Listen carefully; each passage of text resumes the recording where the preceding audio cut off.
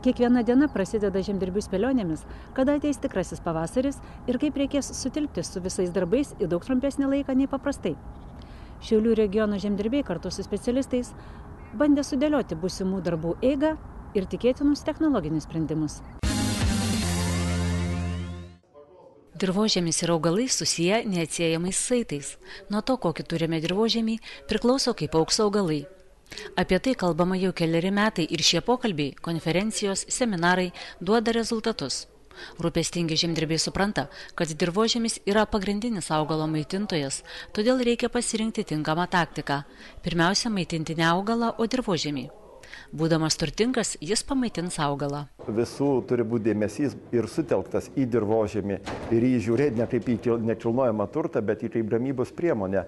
Jeigu bus dirvožemis sveikas, dirvožemis gyvybingas, savaime gausis ir augalai sveiki, gyvybingi ir duodantis optimalų produktyvumą. Priešingu atveju, kiekviena klaida padaryta dirbant su dirvožemiu, elgiantis neteisingai, kiekviena klaida mažina augalų produktyvumą. Automatiškai sąnaudos darbo didėja, dirbant dirvožemį, tuo labiau teršiama gamta, aplinka, o derlingumas mažėja. Tai reiškia, kad mažės ir ūkininko derlių sąskaitoj. Kokie požymiai augale, kokie augalo požymiai rodo, kad reikia kreipti dėmesį į dirvožemį, o ne ieškoti priežasčių augalų ligose, aplinkoje, kenkėjuose? O čia ir yra labai trapus momentas, kadangi visi, jei dirvožemio bus kažkas tai sutrikimai pačiam dirvožemėje, tuoj pat augalas gali reaguoti, neatrodyti, kad tai yra problema dirvožemė, bet tai atrodyti, kad koks tai mitybų sutrikimas. Ir tuoj pat ūkininkas pradeda naudoti tręšimą, tuoj pat atvažiuoja chemiją parduodantis vadybininkai, jie tuoj pat sako, kad čia ligos. Taip, kadangi tai tiesioginiai skurstantis augalas, jį tuoj pat ir lygus ir kenkėjai užpuola. O maistų medžiagų trūkumas rodomas dėl to, kad nėra dirvožemį tų maistų medžiagų. Tai tiesiog tamprus ryšys ir čia tai profesionalus konsultantas, patarėjas ūkininko gali tą įvertinti, kad tai būtent pažiūrėjus į dirvožemį, jeigu matom, kad tai yra pluta susidarius paviršių, kad tai dirvožemis kietas, iš karto mes jau žinom, kad tai yra problema būtent su dirvožemiu ir pradėjus purenti dirvožemį, panaudojus priemonės, tuoj pat atsigauna ir augalas. Dirvožemio mikroflora ir gerieji mikroorganizmai padeda augalui apsirūpinti maisto medžiagomis. Be jų augalai įsisavina labai mažai reikalingų medžiagų, todėl kai gerųjų mikroorganizmų dirvoje trūksta, augalai alksta, nors ir tręšiami. Žemdirbys, žinot, kaip ten sakom, bus gerai. Ir gal mūsų seminarų dabar ciklas vis dėlto padeda jiems pamatyti, kaip ta problema gilėja, kaip gali atsigręžti visiškai nepageidaujamų rakursų jų verslą. Ir iš tikrųjų susidomėjimas yra absoliučiai didelis.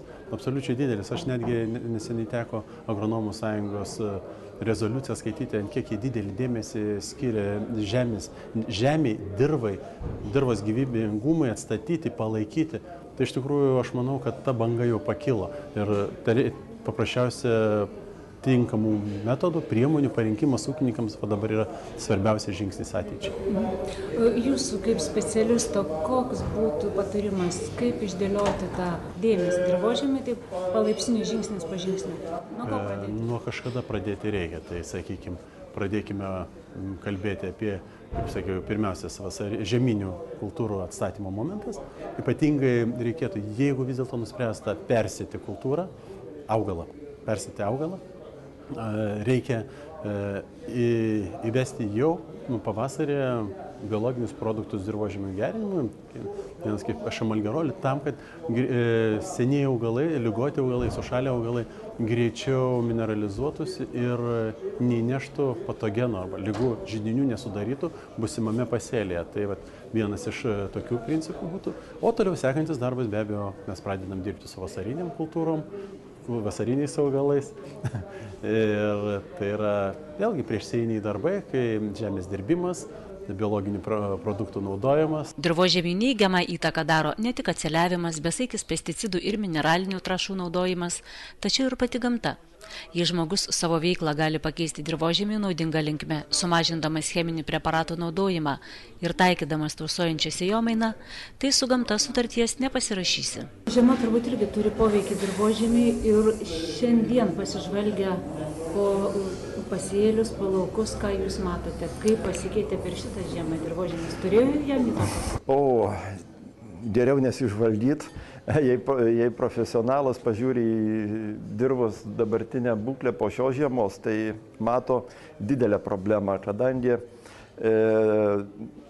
drėgmės nebuvo daug. Visą žiemą veikia drenažai, drėgmės resursai dirvožemį yra minimalūs, o dabartinis šaltis kovo mėnesį dirvos paviršių dar labiau išdžiovino. Ir dabar netgi nereikia eiti per lauką ir specialiai pasižiūrėti, kad dirvožemis ar dirvos paviršius dulka, formuojas dulkinį frakciją, tiesiog užtenka pažiūrėti važiuojant automobiliu, kad arimai yra pilki, įgavę pilką spalvą sniegas. Tai reiškia, yra ta dulkių frakcija nunešta nuo dirvos paviršiaus ir jinai užkimš kapiliarus. Ir darysis dirvos paviršiai pluta po lietaus paprasčiausiai. Tai išeitis kokia? Išeitis to yra, kad praktiškai reikia panaudoti pirmiausiai biologinius preparatus skatinančios mikrofloros darbą, mikroorganizmų darbą, kad jie aktyviau kvėpuotų dirvožemį, skirtų anglies dvideginį ir tiesiog dirvožemis purus darytųsi, nesusidarytų pluta. Specialistai įsitikinę, kad visą sezoną stebint augalo mitybos procesus ir nepaliekant likimo valiai dirvožemio būklės, pasėliai gaus visas reikalingas maisto medžiagas, o ligos ir kenkėjai blogos priežiūros pasekmė. Negili, bet užsitęsusi žiema gerokai sutrumpina pavasario laiką, per kurį žemdirbiams reikia apžiūrėti ir vertinti žieminius pasėlius, atlikti pirmosius jų priežiūros darbus, pasiruošti pavasario sėjai ir pasėti pirmąjį vasarojų. Jei ankstesniais metais kovo pabaigoje daugmaž būdavo aiški žiemkenčių būklė, o balandžio pradžioje prasidėdavo sėja, tai šiemet toli gražu iki to. Dar daug kur baltuoja sniegas ir įšalas nesitraukia nė per centimetrą. Čia, kur nėra sniego, tai pažiūrėjom, taip 50% augalų pažeista, bet dabar dar rapsų. Bet dabar dar negalim pasakyti, ar jie tikrai negyvi, tie augalai. Va čia ir yra toksai dabar momentas dar laukimo, kada galėsim pasakyti, jie gyvi ar negyvi. Būklė įvairi važiuojant per Lietuvą. Jei Suvalkijoje, Šakiai, Kauno rajonas praktiškai nėra sniego ir gana tokie stiprų šalčiai naktį, tai Joniškis, Šiaulių rajonas, dirvos padengtos sniegu ir čia augalams pavojaus tokių nėra. Šiaulių regiono ūkininkai kol kas ramesni nei vidurio ar vakarų Lietuvos. Čia sniegas užklojęs beveik visus pasėlius ir jie kol kas miega. Tačiau pavasaris, tikėtina, ateis staiga, augalai bus nusilpę. Ko reikės griebtis pirmiausia? Jeigu bus scenarius toks, kad pavasaris greitai, čia nebuvo, čia jau yra, iš tikrųjų didžiausia stresinė situacija bus žemdirbės nuspręsti apie pasėlio būklę. Tai nuspręsti, ar pasėlis gyvybingas ir galės kurti tą potencialų derlių, ar bus jisai, žiauriai tariant, nurašomas. O tą sprendimą nurašymą reikės atlikti labai skubiai, nes terminai sėjos ir žemės dirbimo gali būti itin trumpi. Todėl daryti sprendimus, dažniausiai, kaip ūkininkai sako, atvažiuok, pagelbėk, nes viena galva neneša. Iš tikrųjų, mūsų konsultantai lakstys jau, sakau, lakstys, nevažinės po laukus ir inventarizuodami, darydami sprendimus, spręsdami palikti lauką, nepalikti. Jeigu paliekam, greitai sprendimus tręšimui, maitinimui. Su agronomijos specialistu Raimondu Kosteckiu nuvažiavome į žemkenčių pasėlį. Lauko vaizdas ankstesnės nuomonės nepakeitė. Pavasario nesulaukėme. Ko galima tikėtis, matant pasėlį žemkenčių? Tikėtis pavasario vis tik tai reikia, neprarasti vilties.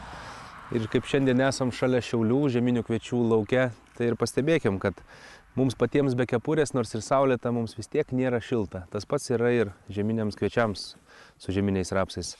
Jiems nėra šilta ir jie tikrai džiaugiasi, kad turi sniego kepurę. Jeigu nėra sniego kepurės, jeigu atšils labai staigiai, išgyventi tikimybė labai sumažėja. Bet vis tik tai aš labiau linkęs kalbėti apie rapsą šiuo metu, nes su žieminiais kviečiais tendencijos kol kas teigiamos. Žieminis rapsas ir ypač tose Lietuvos vietose, kur nėra sniego, kaip matom, čia situacija yra visai kitokia, šiaurės Lietuva yra kol kas užklota, bet tose vietose, kur trūkumas yra sniego, mes pastebim, kad rapsas yra pasidaręs labai minkštas ir guminis. Iš vienos pusės tai yra gerai, nes dar nėra pradėję veikti šaknis, nėra pradėtas pumpuoti vanduo su maisto medžiagom į patį augalą, bet tai įvyko todėl, kad nebuvo teigiamų temperatūrų 3-4 paras, apie kokie 8-10 laipsnių. Bet taip atsitiks ir reikia būti tam pasiruošus.